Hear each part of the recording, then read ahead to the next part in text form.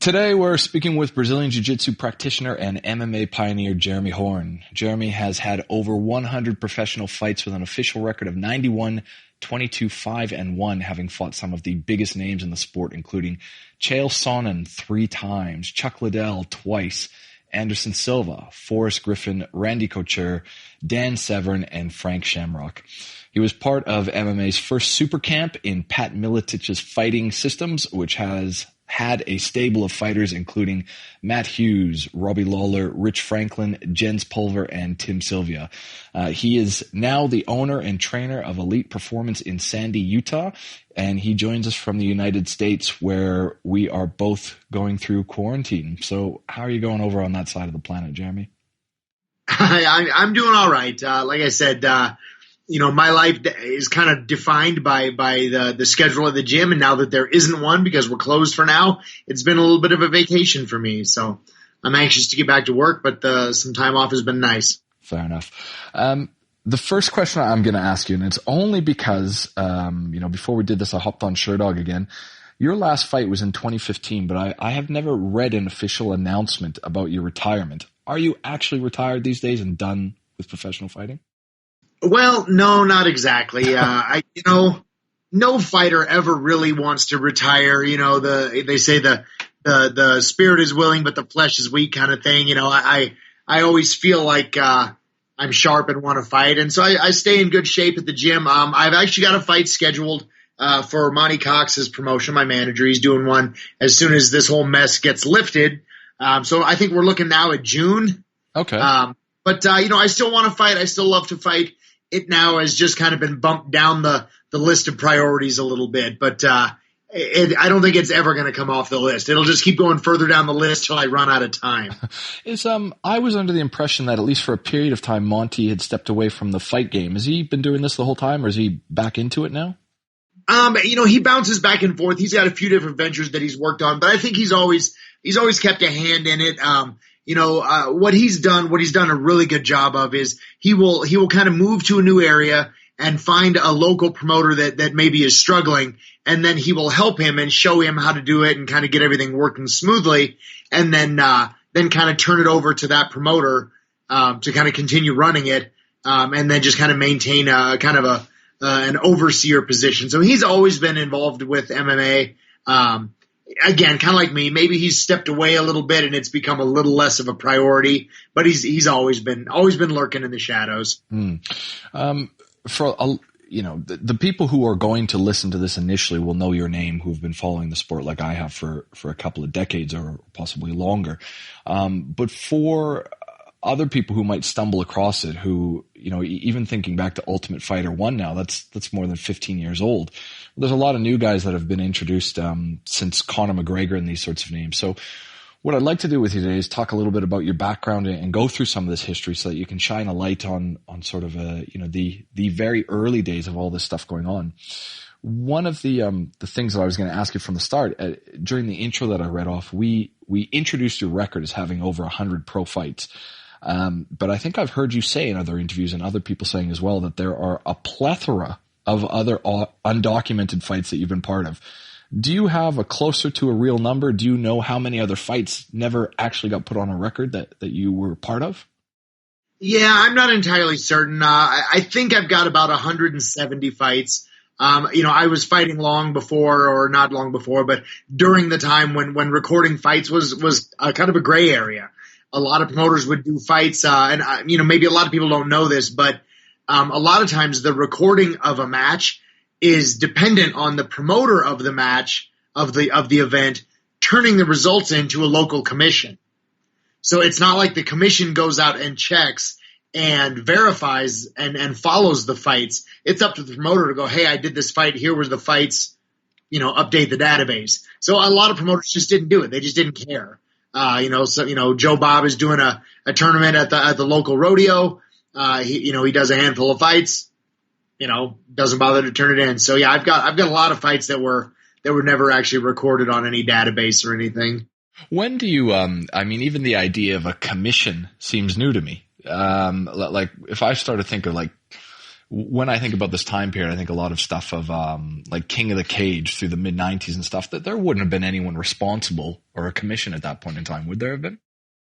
I don't think so. There were small organizations, state run organizations that were doing little bits of stuff like that. But for the most part, I don't know exactly when commissions started, but around 90s. That sounds about right. Maybe there were no commissions back then. I'm trying to remember where else I read about this. I remember reading articles, or maybe it was one of the early documentaries. I'm trying to think of the one that I have sitting on the shelf. I'll have to go grab it. But there are even stories about you. Everyone holds you in very high regard, who've encountered you. And there are stories of you even saying like you would fight for free oftentimes just to help get some promotions off the ground or fill in. Tell us about that. What was your passion for simply just saying like, yeah, I don't mind going in there, no charge, and just having a go? Well, honestly, it's because I have always felt that, being able to make money as a fighter, I'm just incredibly gifted, not gifted skill wise, but like it's been a gift for me. I've been given a gift that I can do this, and make money off it. So I love to fight. I love to train. I love being part of the sport. That has become a less common perspective in fighters today. Now fighters come to the gym and they're like, hey, I want to fight. How much money do I make? And that kind of thing. Whereas hey, I'm lucky. I don't have to work a 9-to-5 job. I get to do this for fun. And if I can afford to just fight because it's fun to fight and help a promoter out, I absolutely will do it. I'm not necessarily, needing to make money doing this. If I can make a little bit of money, great. Because I've made money, in the past over this kind of stuff. So yeah, it doesn't bother me. Well, let's talk about that around that time period. When did you get involved in martial arts? How did Brazilian Jiu-Jitsu come to your attention, and when and where does cage fighting start rearing its head in the time period? So I started doing martial arts when I was about 12, which would be now, I'm 44 now. So yeah, like long time ago, 30 something years ago. So the club that I joined was a local club in Omaha, my hometown. And it was always fairly eclectic. We did a little bit of grappling, a little bit of striking, a little bit of the more traditional weapons and stuff like that. But we always had a mindset towards, self-defense, what martial arts should be, real fighting, real self-defense. And that was in, like I said, I was 12. So that was in 87. Yeah. Okay. So, that was before the UFC started. And then when the UFC did roll around, it just kind of gave us some direction. We're like, oh, okay, that's kind of what we've been trying to do all along. So we just kind of started angling our training more towards that type of thing. So that had an impact on you. In 93, when the UFC came out, even early then, gyms began to pay attention to more of the realistic aspect of fighting? Yeah, but the lucky thing was that the gym that I was at, we didn't have the technical proficiency that people do now, or even the Gracies did in 93, but we understood what it meant to really train for a fight. Like back then, it was in the 90s were the ninja craze. And then I think in the 80s it was karate or maybe kung fu. I can't remember. But you see videos of guys training back then, and they were training on like hardwood, gym basketball floors, Like we were like, no, what happens if somebody picks you up and slams you on your head? That's no good, So, the gym that I actually trained at, we subleased space from a gymnastics studio. So, still not the best thing. We had a bouncy floor, but it was like rough carpet, not the modern day wrestling mats that we see today. But we at least understood that grappling was part of a real fight, and you needed to be capable of fighting on the ground. And again, it was very rudimentary and fundamental, but it was, hey, if you're on the ground, you better make sure you're on top of that guy. If you're on the bottom, wrap your legs around his waist and pull him close so you can defend yourself a little bit, that kind of thing. Turning your back is bad. You're going to get choked, I was going to say, prior to, because UFC hits, was there any information prior to the UFC around your scene about, things like Shudo that were coming out of Japan, or had Brazilian Jiu-Jitsu I had heard in areas like there are stories about the Gracies setting up in California prior to UFC. So do you remember any of, I guess, what we consider modern martial arts being introduced prior to what was really this spectacle of the UFC pay-per-view? Yeah, I had heard of the Gracies a little bit at that time, and I didn't know a lot about it. I mean, like most people, we were all kind of sheltered in our own little group. This was long before the internet. Mostly you got information through like Black Belt Magazine and things like that. So yeah, we heard that there were these group of guys from Brazil, a family named the Gracies. They did something similar to judo. It was a grappling style. That was about as far as it went. Obviously then when the UFC rolled around, we were like, oh, those are the Gracies. That's what they're doing. I see where we're headed here. Now we need to start focusing more on that stuff. And then we just started watching fights, and our training kind of started shifting a little bit, started learning a little bit more about kickboxing and just kind of refining everything. Instead of just being a tough kid that was ready for a fight, now I was like, oh, let's get these big padded boxing gloves so we can train without punching each other bare knuckle. Let's refine this a little bit. All right, so we're talking like it was still pure karate type stuff back then. Bare knuckle type Shotokan, I guess, type stuff. Pretty much, yeah. Right, like okay. our when we were training, basically the rule was just don't punch somebody in the face. You can hit them in the head, just don't punch them in the face. Because we're all fighting bare knuckle. Fair enough. So, okay. It was pretty rough. So, do you remember? Did the UFC have? You talk about this immediate impact. Was it just someone that brought it in? Because even still today, what has surprised me out of all of this is the UFC seemed to introduce realistic fighting, and it seems that over time it's now sort of become its own concept in sport, where a lot of traditional martial artists have been able to go back into their shell, and Taekwondo is still Taekwondo, and ninjutsu is still ninjutsu. What do you remember post 93, sort of between 93, 98 and stuff of traditional gyms? Was there an explosion of this realism, or was it more insulated to people like you who acknowledged it for what it was? At least in my circle, as far as my experience was, it was still very much people kind of keeping to themselves. The old school karate, taekwondo guys were, hey, we don't do that. Our stuff is only for self-defense, or, I'm too deadly to fight in a sport. I'll kill somebody. Or people were like, oh, this is something we need to embrace. Let's start figuring more about this. At which point then because you were still known as a BJJ practitioner. Some of the guys I've talked to talk about your really in-depth knowledge. I know the Miletich guys turn to you as sort of this encyclopedia of grappling. When did you decide consciously to become a grappler as opposed to a striker then? I never really made a conscious decision. And that's something that I still deal with today with the guys that I train. I think everybody, when you want to become a competitor in MMA, you will naturally gravitate towards one or the other. I naturally gravitated towards grappling. I have a very analytical brain. I look at everything, like you've seen those memes of like the guy staring off into space and like equations are floating through the air. I mean, that's me. Everything I look at is, if I'm going to slip this jab, I need to turn the corner 17 degrees, and then I've got a better angle this way, and this circle, and this line, and this angle. Everything I look at is that way. So grappling was very natural to me.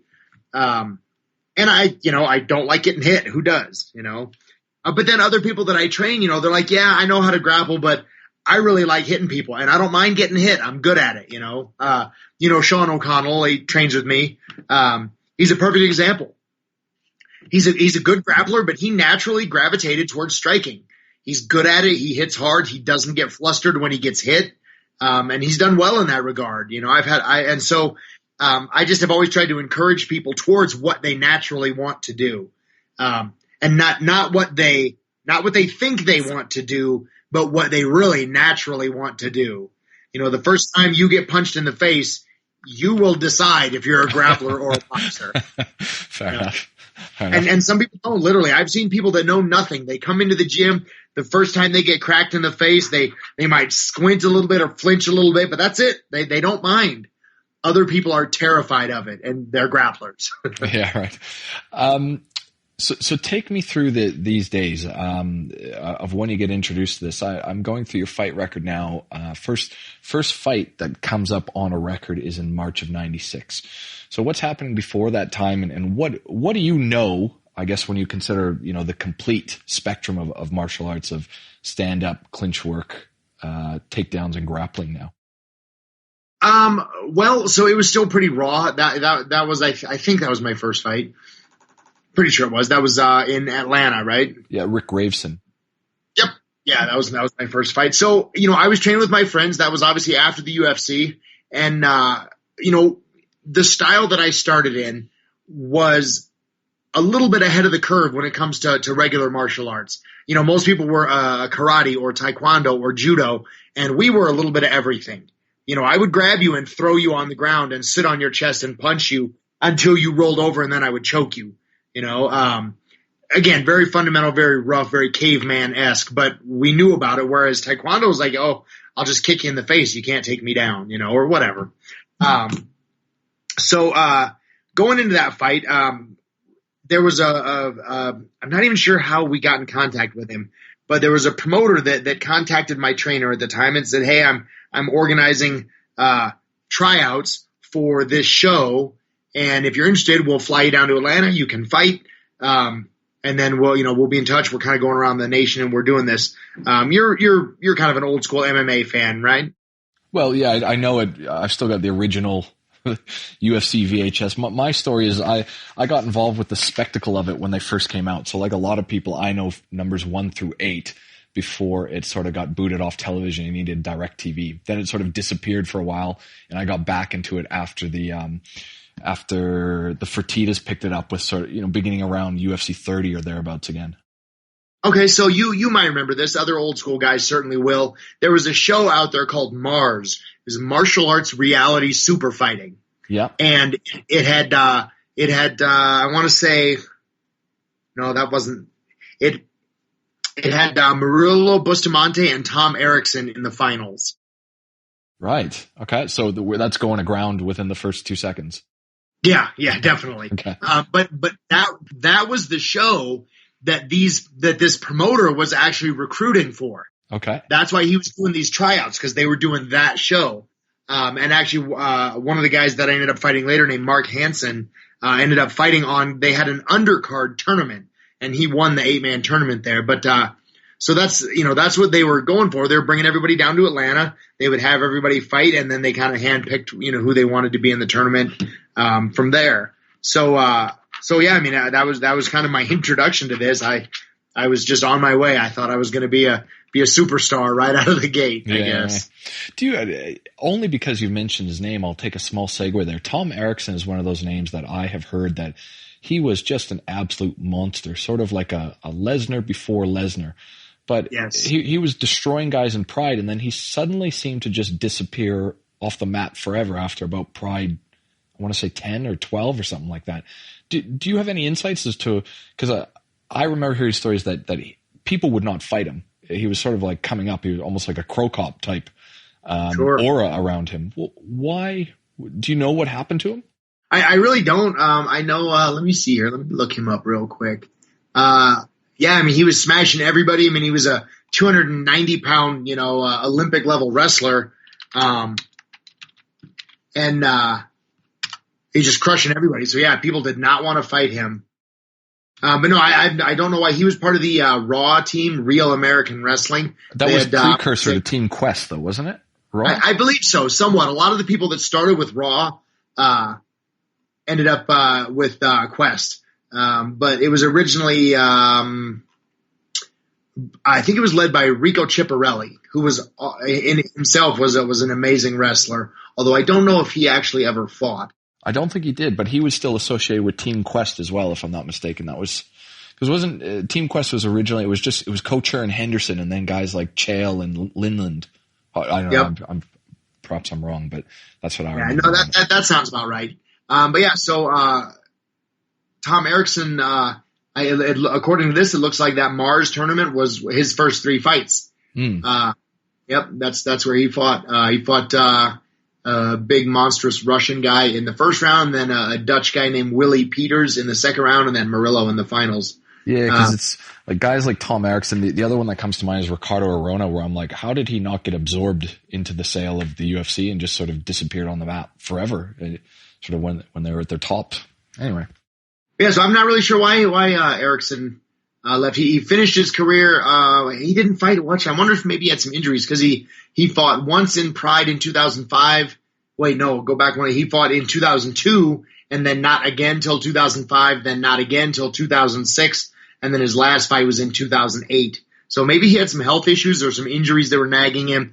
I mean, wrestlers are notorious for being really, really, it's really, really hard on your body. Yeah, indeed. Surprised if he was nursing some injuries from a long wrestling career and maybe just couldn't do it anymore. All right. Well, anyway, so you'd start doing the Mars tournaments. What then become what we're really looking for is, as I said, a lot of people aren't going to know the landscape of this in the early days at all. So before there were sort of contracts, it looks like there's a lot of, one-off fights with regional promotions picking up. Up prior to the introduction of Pat Miletich and these sort of guys, what was a fight career like? It's just like a smorgasbord of waiting for one-off fights? Pretty much, yeah. I actually got really lucky, and my entire career has been filled with like fortunate timing. So my first fight was Rick for them, and then just a couple of months later, I ended up getting contacted by Monty because he was doing a show in the Quad Cities, which was only about 4 hours away from my hometown. Can you tell people who Monty Cox is? I know this name from the early days, but a lot of people will have no idea who he is. Sure. So Monty Cox is my manager now, and has been ever since I met him with those first couple of fights. But he is one of the most prominent and successful promoters in the sport. If I remember correctly, he's actually promoted more fights than any other promoter in the world. He's a great guy. He's got a great reputation. He treats everybody really fairly. And always has as a promoter. He can tell you stories of guys that, would come and fight for him knowing they were going to take a loss to somebody that was better than them just because they wanted to fight for Monty, because it was like a mark of pride and kind of an establishment for yourself to say, look, I fought on one of Monty's cards. But yeah, he's been promoting shows since I want to say he started as a boxing promoter, but he's been promoting shows since the very beginning. So my second and third fight were for him in that tournament. And then not long after that, he took over as my manager. We've been working together ever since. And are you comfortable talking about sort of the paydays between this? Because a lot of it is really just like a few $100 here and a few $100 there, isn't it? Oh, absolutely. Yeah. Early on, there was very little money in the sport. But again, I didn't really care. I was fighting because I love to fight, and I was just fortunate to make a little bit of money. So I think Monty actually was paying decent money for the time back then, although it's nothing now. But I think for my first fight, I got paid nothing. I got a free flight to Atlanta and a hotel, and they gave me $50 for dinner the night before the fight. The hook there was like, look, we're putting on this huge tournament, and if you impress us, then we might put you in the tournament. So that was kind of the hook there. But for the tournament where I fought Monty, I want to say I think it wasn't winner take all. I want to say first place that, winning the tournament was like $2,000. That's right. $3,000. I think that's something else that even I forget about at the time is that these aren't one-off fights. You're not on a card having one fight. A lot of this is tournament style fight where, I think I was reading or another, article where you're talking about your career highlights about how you end up fighting Babalu after he's gone through 2 wars with Shogun and someone else. And you just forget about this time period where you're not wearing gloves, you're doing bare knuckle, and you're expected to fight 3 times for the possibility of winning like $10,000 or something along those lines. Yeah, I really would love that. That to me was when the sport was really at its best. I would love to go back there. But, so, I got paid, I think I took second in that tournament. I got beat in the finals. I think I got maybe, $500-600, something like that. Yeah, right. Okay. And my next couple of fights, I'm right around there, $400 or $500. What's the status of the UFC? Because I remember, I think as I mentioned to you, UFC sort of the big one. King of the Cage was the next biggest one that I remember. I'm trying to think of who was it Half Gracie and Bart Gunn was it Extreme Fighting Challenge? Is that who I'm thinking? Extreme Fighting, yep. Extreme that was another one. And those are sort of the big three that I remember from the mid-90s. Yes. Yep, Extreme Fighting was a promotion that was the brainchild of John Peretti, who ended up later coming on as the matchmaker for the UFC. He's just done a book as well. Yes. Yeah, Peretti was very much a visionary early on in the days of the sport. I believe he was the first one to do the MMA gloves, the open finger gloves. He was also, I believe, the first one to do 5-minute rounds for fights. And then I think he was also the first one to implement weight classes. I could be wrong there, but I know he did a lot of things first because he really saw this as a sport rather than a spectacle where somebody might die in the cage. Most of the people look to this because that's what they were looking for. Like, I want to watch this new blood fight. It's a blood sport. It's a fight to the death. Somebody's going to die in the cage. And John was more like, no, this is a sport. We're all martial artists. We have rounds, time limits, rules, weight classes, gloves. Who am I thinking? I said Bart Gunn, but that's not correct. Bart Bale. Yeah, that's right. Yep. Who was supposed to be an early shoot fighter. What do you? Yeah. He's one of those names that gets thrown around sort of in that bullshito category of guys like Frank Dukes. Was he legitimate from what you remember? Because he came in so early. I saw him fight a couple of times. He looked like he was tough. And he had some skill and some knowledge. I've heard rumors about him. I don't know much, and these are all just rumors, but I heard that some of his fights in the Shudo organization or in the Japanese shoot fighting organizations were fixed. If I remember correctly, on his record is a knockout win over Ken Shamrock, and I heard that was a little suspect, but I don't know really. It's just what you hear through the grapevine. But watching him fight, for real in MMA fights, he did look like he had some skill. But we were all so raw back then. Most of us were still kind of struggling to find our way and figure out how this whole NHB thing works. Yeah. Oh, I just remember I remember him coming along being one of those guys that was billed as like one of those, 60-0 type fighters. And then yes. I think his actual record was like 1-4 in documented cage fights or something along those lines. So, okay. So, what happens then? You're now under Monty's wing. You're sort of moving around. Where do you get introduced to Pat Miletich? How does all this stuff happen where I guess a lot of us predominantly know you through your affiliation with Miletich Fighting Systems? Well, so that all kind of happened at about the same time, because Monty was managing that or promoting that show, and Pat Miletich was the main event on that show. So they were already working together. Monty was already managing Pat and kind of moving his career along. And so I ran into that whole crew at that fight. And then it just was like, oh, okay, well, Pat obviously has more direction than me. He had done some training with, I believe, Renzo Gracie, done a couple of seminars with him or something. So Pat was like, oh, okay, well, here's even more direction. Pat knows what I'm looking to do. He's already doing it. So from that event on, I started driving out to the Quad Cities pretty regularly. I'd go out once or twice a month and stay for the weekend so that I could train with Pat and all those guys. And then I think after about, I moved to Iowa in December of 98. So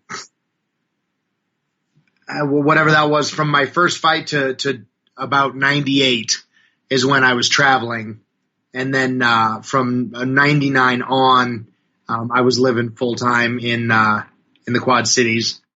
So were most people traveling? Because I remember even when Rich was training with those guys, I think he was still based in Ohio with George Gergel before he came over. So was not everyone living there, or they were traveling there regularly as sort of as the place to go to? Yeah, no, a lot of guys traveled. Because again, most people were working regular day jobs, because the sport, there wasn't a lot of money in the sport. And so people were just traveling like, hey, this is a hobby. This is something I love to do. So yeah, not a lot of people could afford to just pick up and move for something that, didn't necessarily make them any money. Fair enough. Okay. What do you think becomes sort of the fulcrum of where it starts becoming a legitimized sport? So is it UFC 30 where the Fertittas buy it out and they start adding some production values and that sort of activity to it? Is that sort of around the time period that I can think of where it starts to move to, or the reintroduction of it as a better pay-per-view model and guys like, Tito is the champion and all this sort of stuff? Yeah, I don't really know. I'm not sure if I'm the best one to comment on that, because looking from the inside out, I saw constant gradual changes in the right direction. So I don't know if I could put a finger on when exactly it turned the corner from, backyard blood sport to actual legitimate sport, because it seemed to kind of just creep along step by step all along. Yeah, fair enough. Okay. Did you, what was sort of the fanfare at that time period when you were in Pat's camp?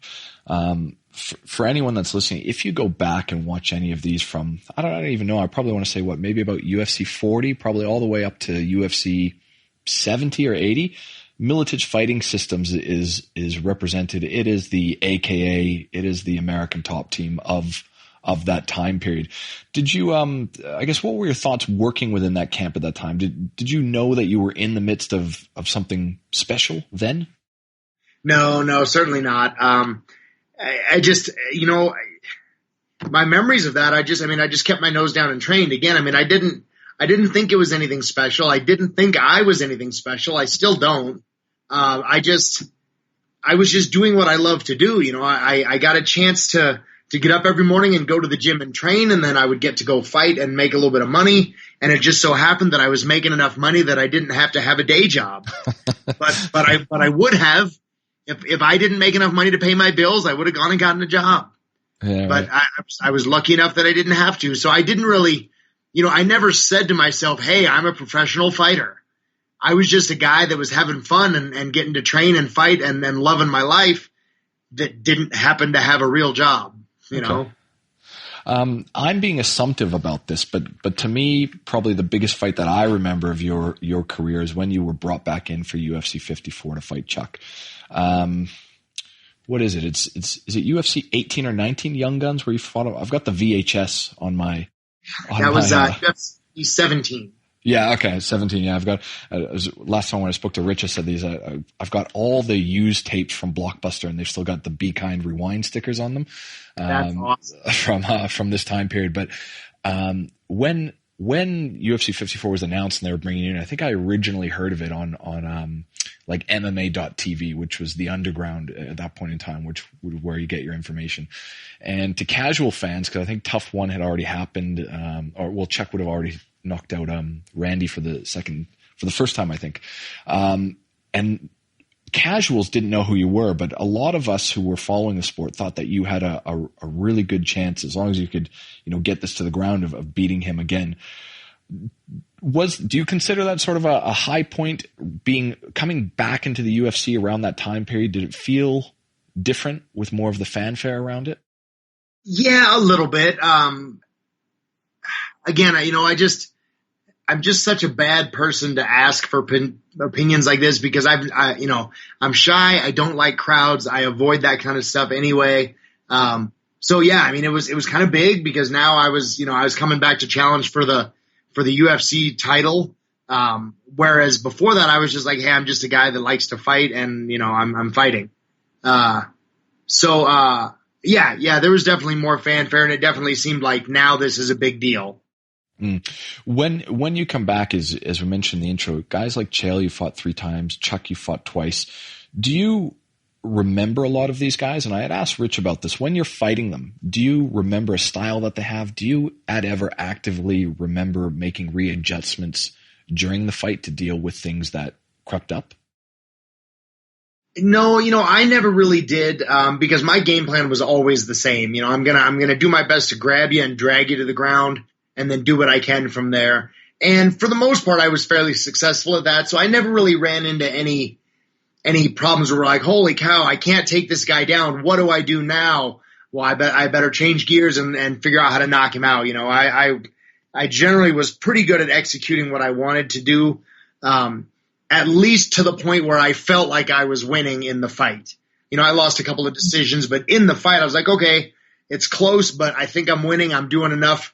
I'm doing my best to take him down, and I think I should probably win. So I never really felt like I had an a moment where I was failing enough that I needed to change gears and do something different.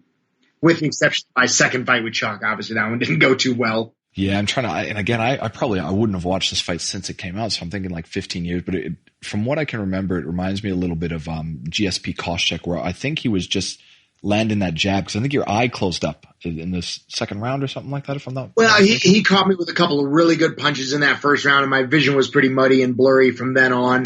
And that was one of the few fights where I fought outside of what I should have done. You know, I put a lot of effort into that fight. I trained for like 3 months, really, really hard for that fight. But I didn't really have the greatest mindset going into the fight because I had trained so hard for that fight. I really just wanted the fight to be over, because if the fight was over, it meant I could stop training for once. You know, my training camp was so miserable and so hard. I was just a zombie going through the motions most of the time. So yeah, all I wanted in that fight was, like, the guy that was helping me train for that fight, kind of leading my fight camp, was a guy named Billy Rush for that fight. And the week of the fight, I was like 3 pounds under. I weighed in at like 202 for that fight. The week of the fight, I didn't have anything to do. You know, normally the week of a fight, people will spend it just training just barely enough to cut some weight. The rest of it, you're just relaxing and resting and trying to recover, because you train pretty much right up until the week of your fight. So then the week of the fight is all rest and recovery with a little bit of weight cutting to make weight. Not me. Billy had me doing hard workouts the Monday and Tuesday and Wednesday before the fight on Friday. I didn't get a day off at all. So do you think you came in, do you think ultimately by fight day you had overtrained? Not physically, no. I mean, I was still in good shape. I mean, because he was good at, like, giving me enough rest time. I was just so mentally beat down that I just wanted the fight to be over with. And so, I mean, you know, I should have tried taking him down. I didn't try to take him down much. You know, so I mean, there's a lot of things that went wrong in that fight, but yeah, that was one that I just wanted it to be over. When you, I mean, that's I'm trying to think. I mean, that's kind of probably only about midway through the career and everything. You've got a lot of fights after that with everything that you know now, and the way that things have changed. What do you think about sort of training for those sorts of fights? You mentioned a 3-month camp. You remember being exhausted by the time of fight day.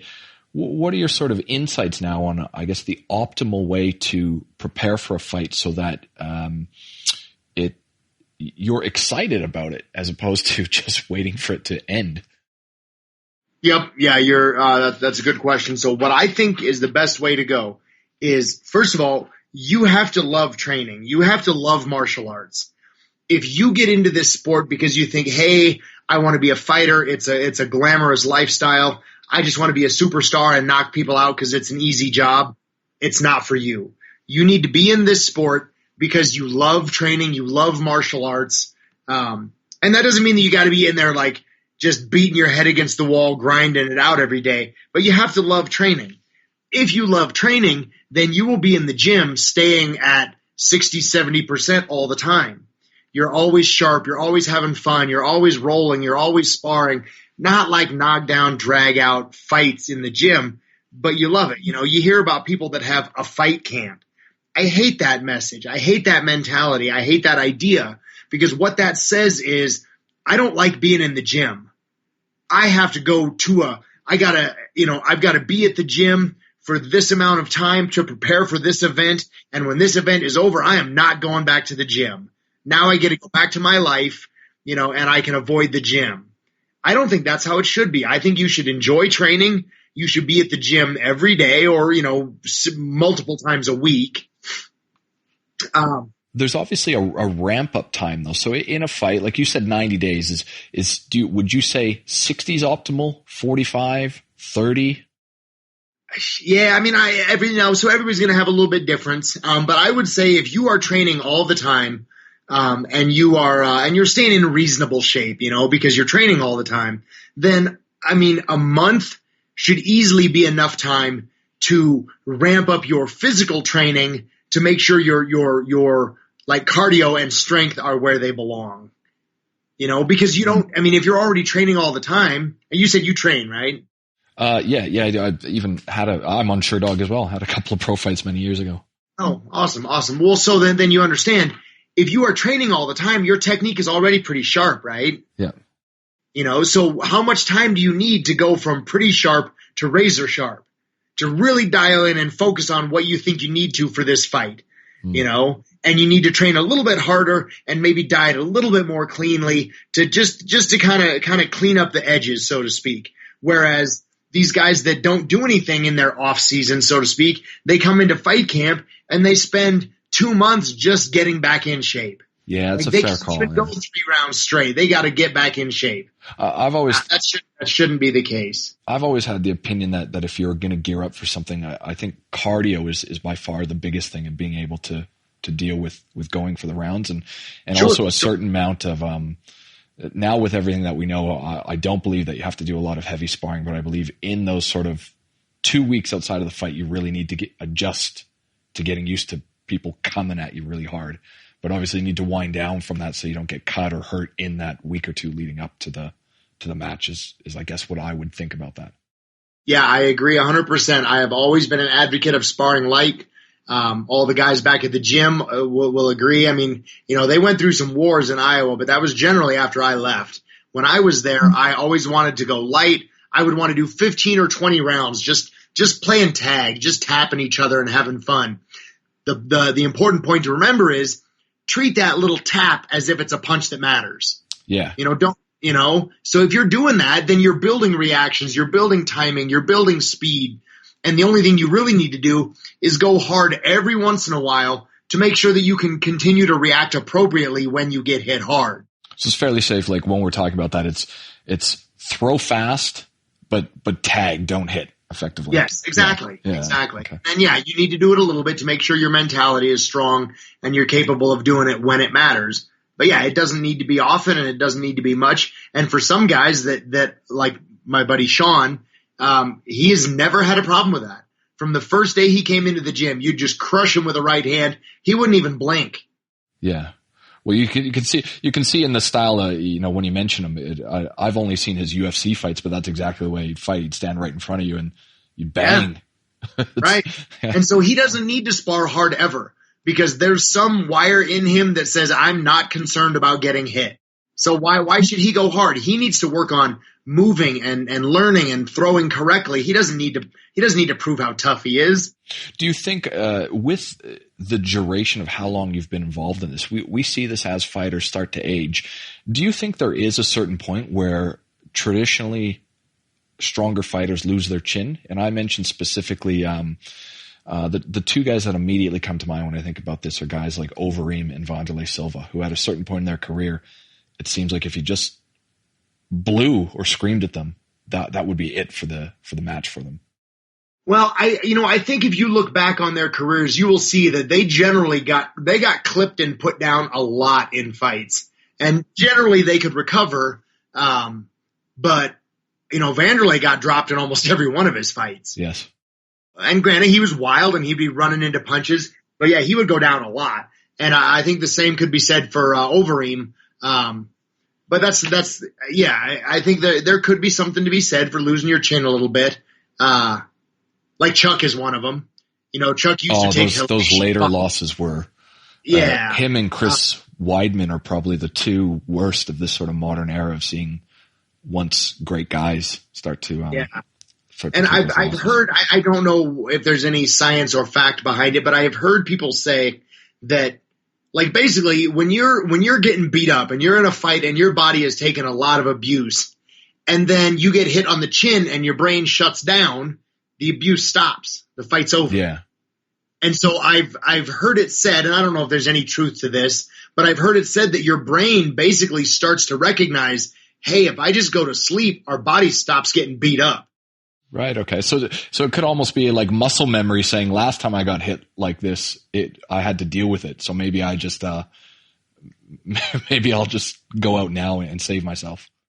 Kind of, yeah. And again, I don't know if there's any truth to any of that. It's probably all just a fantasy fairy tale, but it sounds good to me, so I'm going to run with it. I'm going to ride with it. The truth is, I try not to get hit. I don't want to test that theory. Just while we're talking about sparring, one of the other things that I remember just thinking, I just want to see if you had any insights because no one else has. you know, when sparring starts to escalate, and sometimes you start taking those shots in the head, and you start losing your cardio, not because what I'm trying to figure out is what oftentimes happens, because you can take those shots to the head, but do you feel like you're starting to tense up? You know, when you take a couple shots and you just feel your cardio gets zapped, even though you should be fine. You know the scenario that I'm talking about? Absolutely, I do. I think that is mostly attributed to anxiety. Yeah. When you start getting hit and you start getting worried about getting hit, or maybe you get wobbled a little bit. Get those shallow breaths, you find that you can't backstep enough. Yeah, that anxiety will sap your energy more than anything. If you really think about what's going on in a fight, there's really not that much energy being put out in a fight. There's bursts of frantic energy, but think about it. It's two guys circling. They throw a few punches, maybe a quick scramble on the ground for position. It's not like you're squatting 500 pounds for reps. It's quick bursts of explosiveness. And I'm not saying that's nothing, but people are not going through enough to be as exhausted as they are after a fight. I think the anxiety that people put on themselves through the fight is what really saps their cardio. With the way that we train now, do you think is there any way to get over that? Because I've noticed that if you are in that relaxed state, you can take those shots without them affecting you nearly as much. But a lot of it is that psychology of whoever you're going to spar or fight, and mentally being aware that this isn't a spar, for example. This might be a bit more of attrition, where you realize that you're going to have to get hit to get through this. Do you have any calming techniques, or how do you try to relax yourself in those sorts of situations? To me, just like I said before, I'm very analytical. Everything I do is really thought out and dissected. And I think this is the same. Because a lot of your fatigue comes from anxiety, what you have to do is remove that anxiety. And the way you remove that anxiety is sparring light and gradually increasing the impact to a reasonable level, and developing the comfort of taking those punches. Well, so I always tell people, I kind of walk them through this scenario. So let's say you're in a fight, and we're going to assume that your defense is already redlining. You are doing everything in your power to not get hit. You're bringing your A game, right? This is a title fight. You're doing everything you can. There is no, you're not slacking a bit, right? So your defense is redlined. What happens if that guy gets punched? There's only three choices there's only three options that happen after you get hit. A, the punch did nothing. It doesn't hurt you. The guy can't crack an egg. So what do? Well, you fight back, I guess, yeah. You continue to do what you're already doing. Yeah. You're already doing the best as you can to not get hit and win that fight. So you don't change at all. Or that punch clips you and hurts you, and you're fighting on instinct. You're wobbly and you're doing your best to survive. You're fighting on instinct. Again, there is nothing you can do. You're on instinct. You're doing the best you can. You don't have a choice. Or you're asleep. Yeah. Okay. So what is the benefit of anxiety in a fight? What is the benefit from flinching and being scared of punches? It brings nothing to the table. All it does is make you scared and tired. Now, that doesn't mean it's easy to overcome this, but that's what you have to do. You have to stay calm. You have to do what's right at all times as best as you can, and you have to remove the concern for being punched. So here's my next question. So MMA is particular in this respect, because if we looked at something like I've always considered the disciplines really different. And, you and I were talking, wrestling is purely the hardest physical activity in terms of what it does on your body, the taxation of the repetition of it. But I've always found that when I sparred with boxers versus kickboxers or MMA guys, they always terrified me the most, because they are repetitive with what they can do with their hands in that respect. And what I'm asking you out of this is, when I would go train with boxing gyms, I would be desperately outclassed, where in kickboxing, you can handle yourself, because I've never thought a kick to the legs is the same as getting blasted, to the ribs or to the face. But in an MMA respect, when you can, as you said, if you're just a grappler and all you need to do is get it to the ground, Do you work with your guys, or is there any pathway of saying like, look, we need to spend an exceptional amount of time on this so that you don't get jinxed by the fact that you might be left on your feet for, say, 3 minutes before you can get it to the ground? I'm not quite sure I understand what you're asking, but I think the answer would be like, we train to be as well-rounded as possible, because there will be the event that as a grappler, you can't take that guy down. And you need to be capable of handling yourself on your feet until a good opportunity presents itself and you can take him down. So, like I said before, I kind of guide people towards what they're good at. So even if you are a grappler and you're terrified of getting hit and it's just not what you're good at, you have to try. You have to train and you have to try to build these skills for the odd time that you might need to rely on them. And actually, just when we were talking about, you'd asked me if I trained, and it was actually your one of your fights was actually part of it, because when I moved to Australia, the first place that I went and trained at, and I'm still considered a student of them, was is Elvis Sinisic. And Elvis Sinisic had the gym with Anthony Parosh, and they ended up having a split. And so I've effectively become a representative of, or student of, Parosh these days. But I remember your fights coming up through that period, and that's sort of I guess how I originally got into it. What do you think about the path for fighters these days? And what I mean is, when we talk about you as a student, you talk about you just take the fights where you can get them now. Do you think MMA has evolved to the point that the way that boxers do, where there is a pathway to success where you're actively picking the fights, looking at the records, designing a plan for your students of getting them into these shows and building a career for them? Unfortunately, yes. Well, yes and no for me personally. So in the early days of the sport, and still to a certain extent now, in MMA, the best fighters fought the best fighters. Like Chuck Liddell and Randy Couture are recognized as some of the best in the sport. And those guys both have let me see here. What is Chuck Liddell's record here? I'm going to guess it's like 28-17. And I think it's 21-9. And I think Randy might actually have more losses than wins now. I think it's around like 17-17 or something along those lines.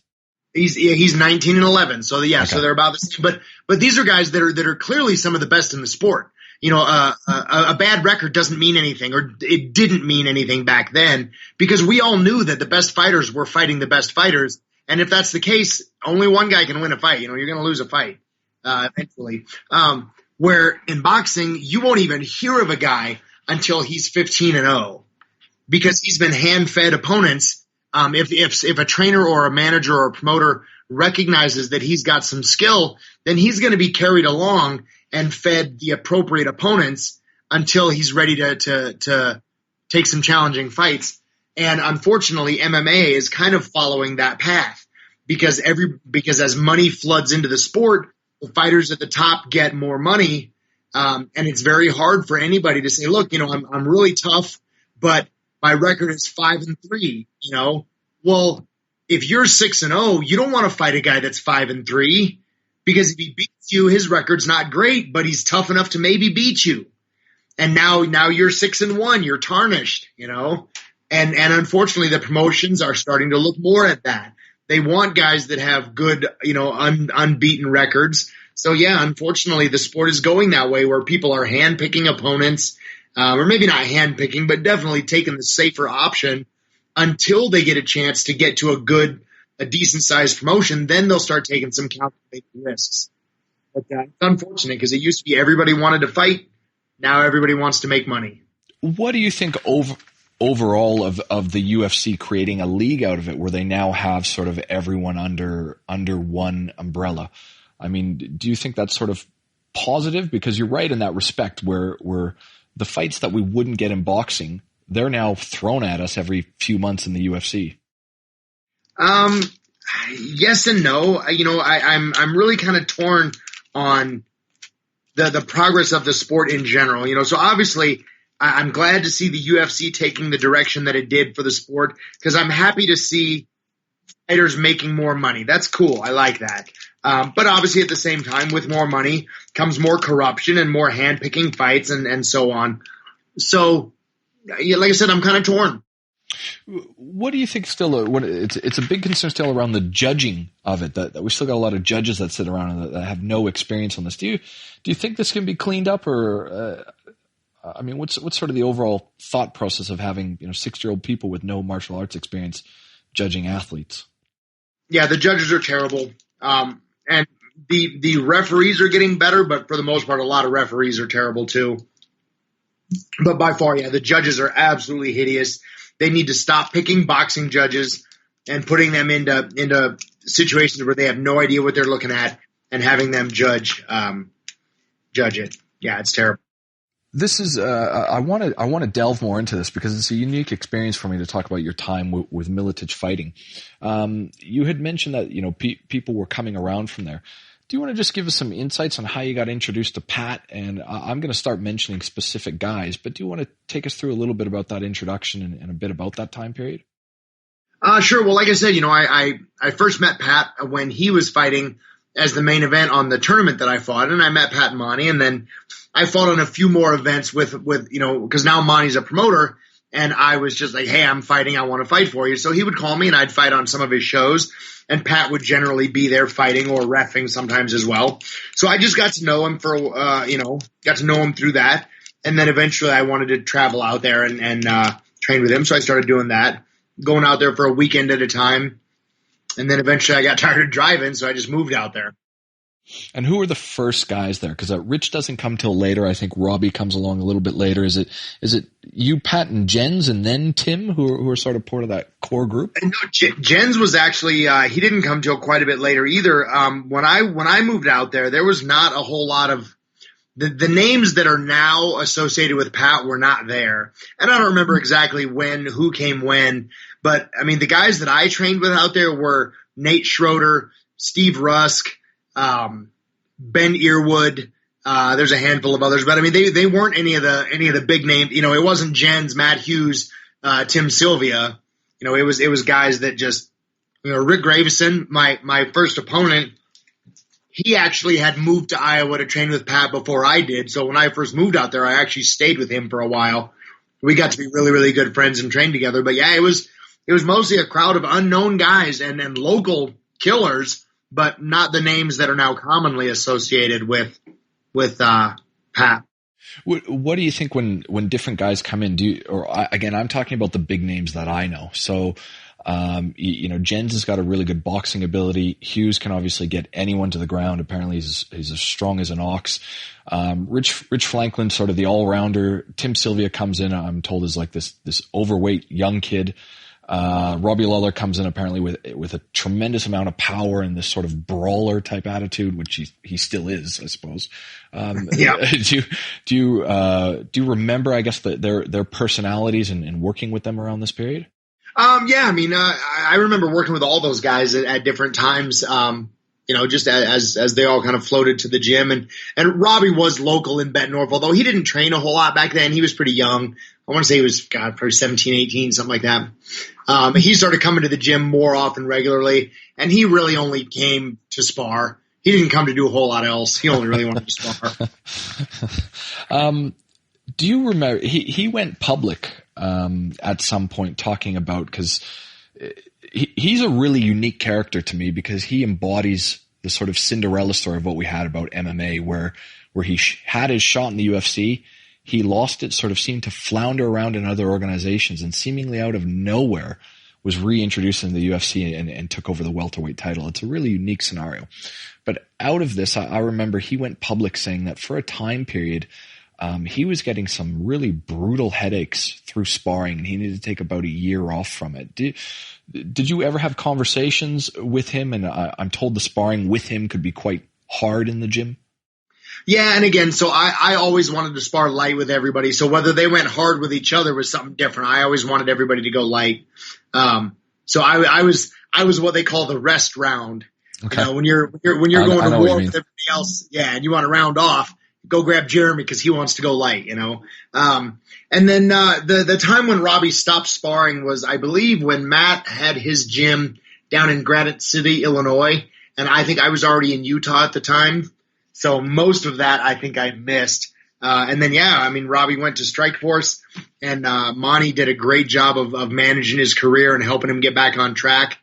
And then got him back into the UFC, and he went on a tear. Mm. Do you remember when you say get him back on track? Is there anything that you remember, or in terms of what that actually meant of getting fights and moving sort of more regularly back into the win column? Because I think for a period it was sort of like 1 win, 1 loss, 1 win, 1 loss.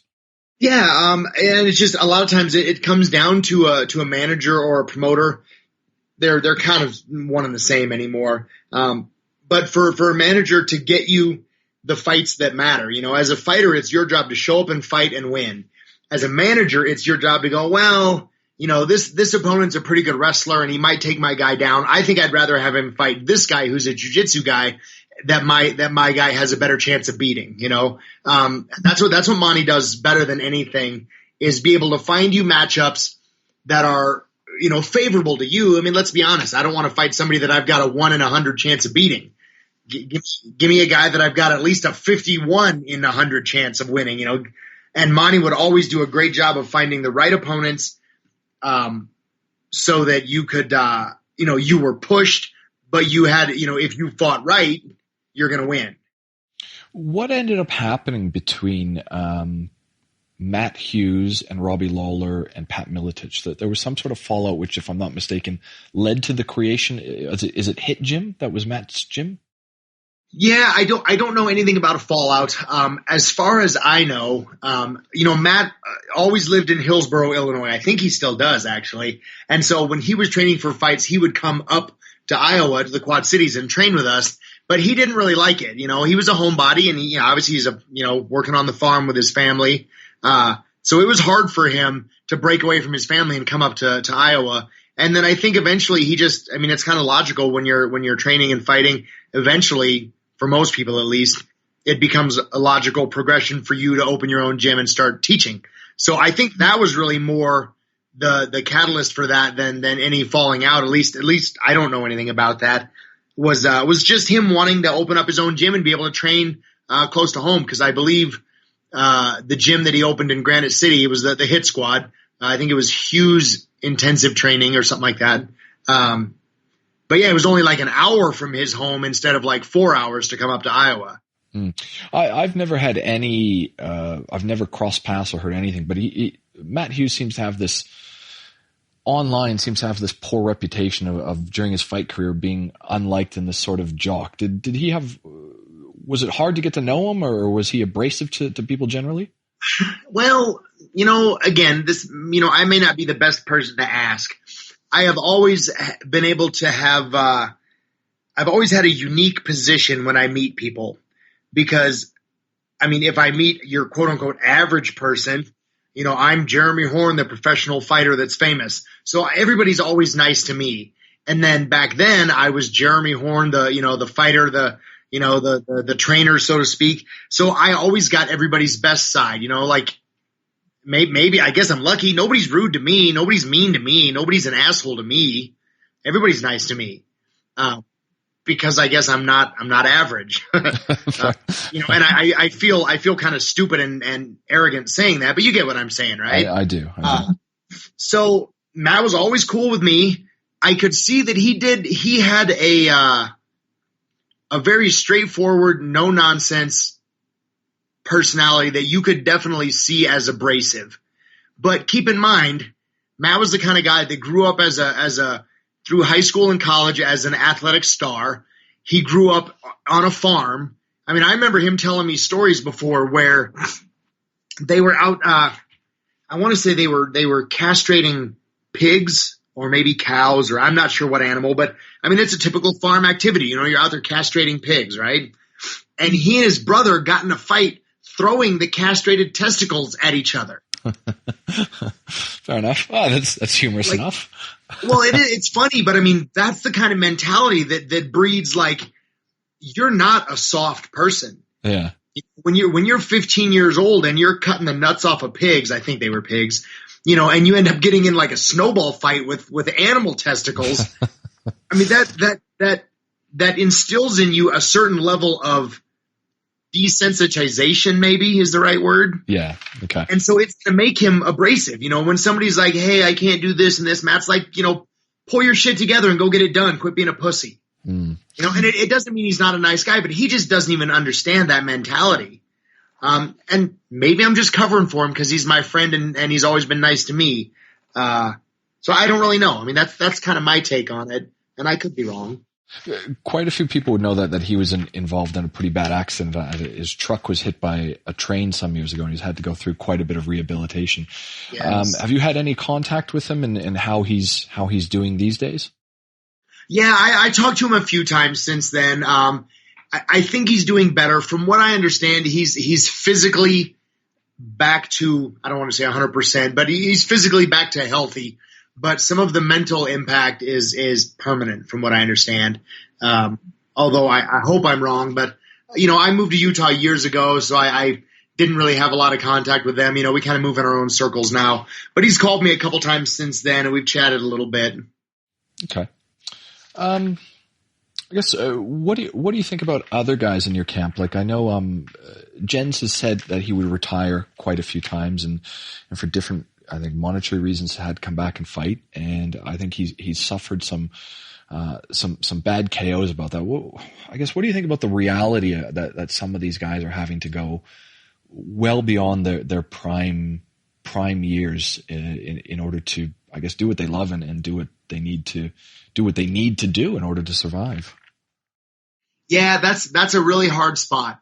Guys that, like I said, no fighter ever wants to retire.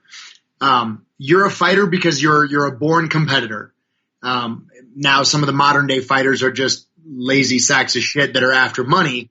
But truthfully, I mean, if you're a born fighter, you want to fight, and you don't care about the money and you don't care about the fame.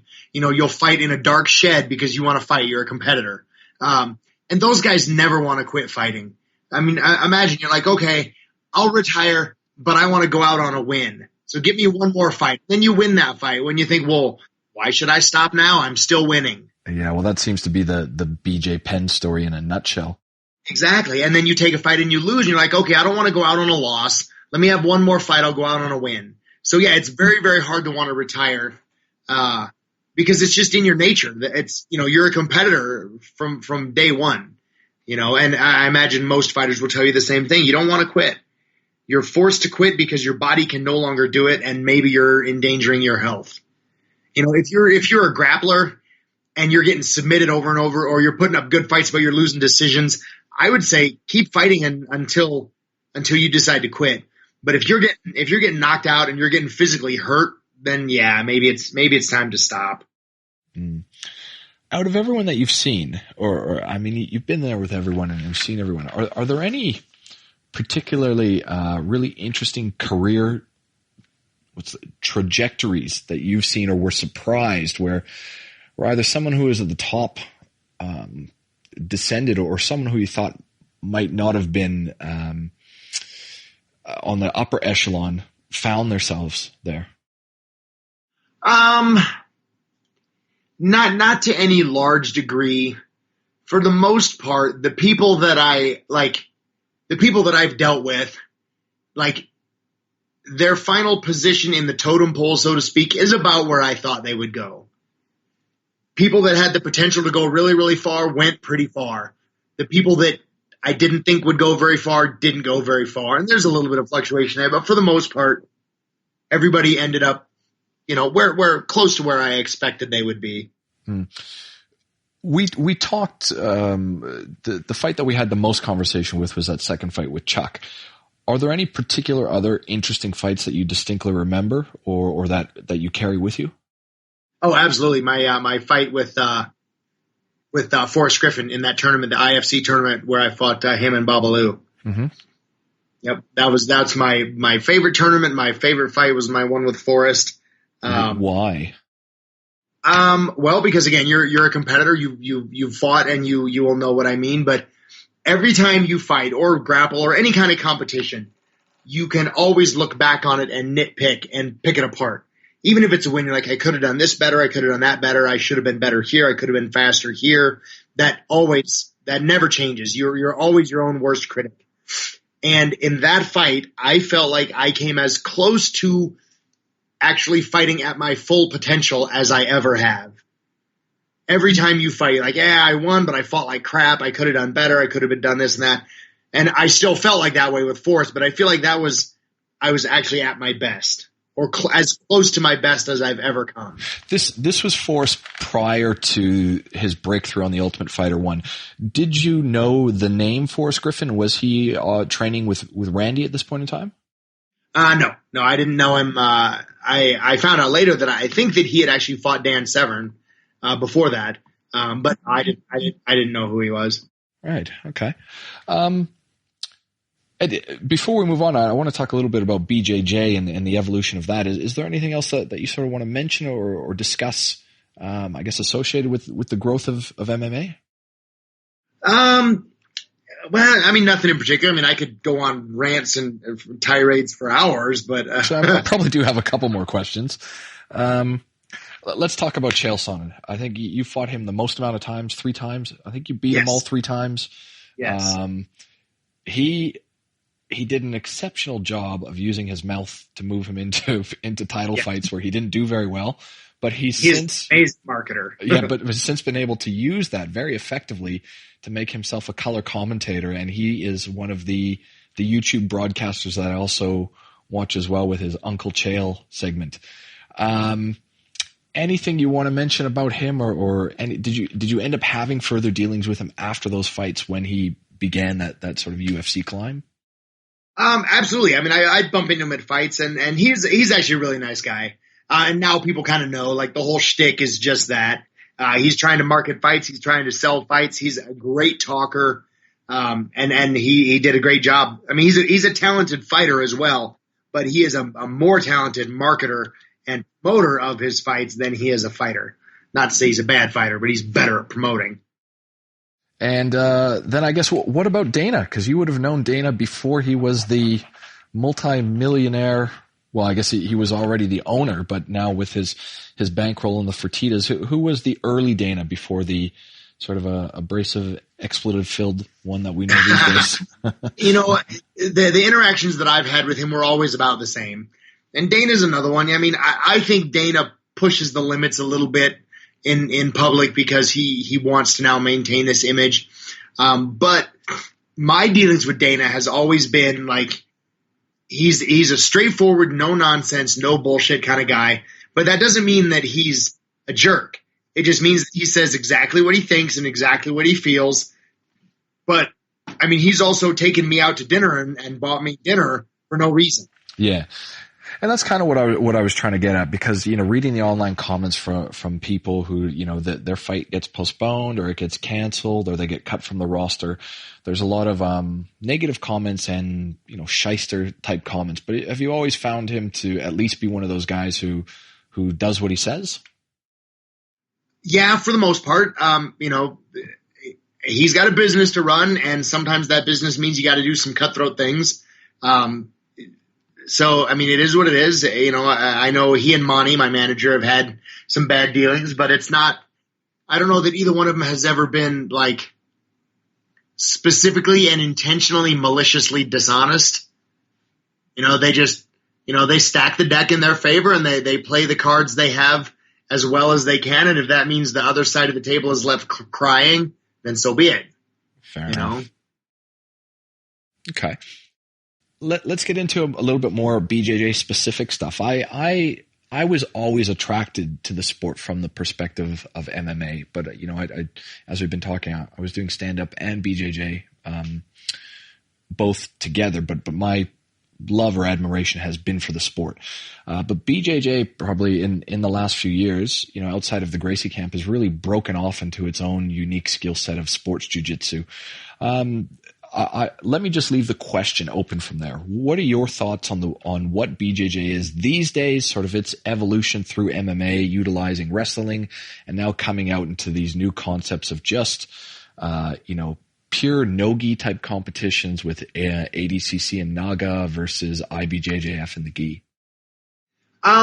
Well, so, I mean, there's so many, like, fractured lines that you can take with grappling. You know, I mean, if you go back far enough, grappling is all one sport. it's chokeholds and arm locks and leg locks and pinning and throwing and, it's everything. And I think this is just another step of, I guess, fracturing of what grappling is, because obviously like Greco-Roman wrestling is grappling, but they don't do any submissions. They don't even touch each other's legs. Freestyle wrestling, they do. Judo, judo does arm locks and chokes, but they don't do leg locks. Sambo does leg locks and arm locks, but no choking, I believe. So, it's just different styles of wrestling, grappling, and it's just kind of splintering off because a large enough group of people have decided this is the section that I want to work on. This is the section I want to excel at and compete at. So we're just going to do this. Well, I guess what I'm getting to more, like the gi game hasn't really changed, but I noticed specifically with no gi, all the competitors tend to be winning by heel hooks these days. And I'm finding I'm almost 40. So my whole game from day one was just this sort of, get on the top position, pass if need be. But if you're in a position where you can strike, you can sit within guard or half guard and sit there all day. But you've now got this whole evolution of guys from the moment that they start training, they're going for things like inverted guard to De La Hiva to attacking heel hooks. I myself am finding it very, very hard to deal with guys whose predominant predisposition is not even to pass the hips. And also I'm finding it really hard to watch some of this stuff in competitions where as soon as they shake hands and begin in a no-gi competition, they're both butt scooting to enter 50-50. Yeah. So again, that's kind of what I mean. I don't like to see that because it's moving away from where my heart in martial arts is. And I come from predominantly a self-defense background. Martial arts to me is self-defense. Martial arts is learning how to defend yourself in a fight. And yes, I've been able to fight, as a career, as a sportsman because of that. But I've always trained with the mindset of this is self-defense. So, never, like when somebody's in my guard, I'm worried about them headbutting me. Right. Okay. Yeah. And I tell my students the same thing. Like, look, grab a hold of that guy's head. You need to hang on to him because if you don't, he's going to headbutt you. If you shoot a double leg and you're down on all fours, you better do something to get out of there because that guy's going to stand up and kick you in the face. So that's kind of where always my focus has been. So I don't particularly like seeing the people that are going so specific. Like, look, all I want to do is tangle our legs up and see who can get a heel hook first. Well, that definitely takes a lot of skill, and those guys are really, really good at that, and they are training hard to do it. But I don't care that much about it because it's just not what I'm good at. That's like, let me think. Think about in like auto racing. Do you think the guys that are looking to win NASCAR titles are looking at the guys that do quarter mile races and going, man, that's awesome? Well, probably not. It's all racing, right? It's all driving, right? So it hasn't really changed your style of teaching because I really have noticed a lot of schools, especially over the last 5 years, that, there's a lot more focus on stuff like learning De La Hiva, X guard, and attacking all these positions as opposed to, because when I was growing up, and still, as I said, I'm a student of Anthony Perosh, the game has always been position before submission, and to because he's a heavier guy, is to focus on gaining that top position. Yeah. So, we've changed a little bit because some of the things, some of the things that get implemented as the sport grows and changes, some of the things are effective for MMA. And so, yeah, there are some things that I've implemented in that regard, but again, only the things that apply to fighting for me. So yeah, I use the X guard. I like it, but I'm not going to use it to set up a heel hook because I don't want you to stomp on me with your other foot. I'm going to use that X guard to sweep you and get on top where now I have the advantage. One of the other things I've noticed, and again, maybe it's just because I wasn't aware that it was out there, but now that I'm on things like Instagram and with all the other websites, catch wrestling seems to be at least getting popular again, or something that I wasn't aware of. Generally speaking, growing up, I only knew of catch wrestling because Josh Barnett said that he did it, and apparently some of the Japanese guys like Sakuraba came from a little bit of it. But I'm seeing more and more of like snake pit catch wrestling and this sort of stuff seem to be a lot more integrated, or at least focusing a lot more on it. Have you always been aware of it? Have you noticed some awareness, or is it generally starting to trend a little bit more in your opinion? I've known about it for quite a few years, but I wouldn't say I've gone back to the beginning or anything. I was not aware of it, 20 years ago. But, I think a lot of people gravitate towards certain things, and catch wrestling is one of them, because they hate jiu-jitsu so much. They hate the title of jiu-jitsu. I think you're right about that, because even I get bored of it. Well, yeah, and that's the thing. Like, to me, it's all the same. And so I think you're seeing a resurgence in the catch wrestling crowd now, because they don't want to say this is jiu-jitsu. And I don't care. I mean, it's all the same to me. There's, mankind has had the same body for how many hundreds of millions of years? There's only one way to bend an elbow that hurts it, So there's nothing new under the sun. You want to call it catch wrestling, you want to call it submission wrestling, you want to call it jiu-jitsu, sambo, judo. Again, it's all grappling, it's all wrestling. These different lines have just splintered. And so they like to specialize in what they're specializing. Judo has had a pretty big change over the last, I don't know. Well, you can't even tack the legs, I think, in the last decade now. Exactly. Yeah. Because I want to say it was Roddy Ferguson was like a really, really high-level collegiate wrestler and went into judo and just double-legged everybody. And the judo guys were like, no, that's not what our sport is about. Our sport is about primarily grabbing the jacket and trying to throw somebody. So that's what we want you to focus on. You can't grab the legs anymore. Because that's what they want to focus on. That's what they want to be good at. And so that's kind of where they're directing their sport. Look, that's my questions are finishing up for today. I really appreciate your time. Oh, no problem. What I'll ask you about then, are there any, this is more of a philosophical question, but are there any key lessons or milestones where someone gave you an insight or something that you've carried with you through the years? I don't know.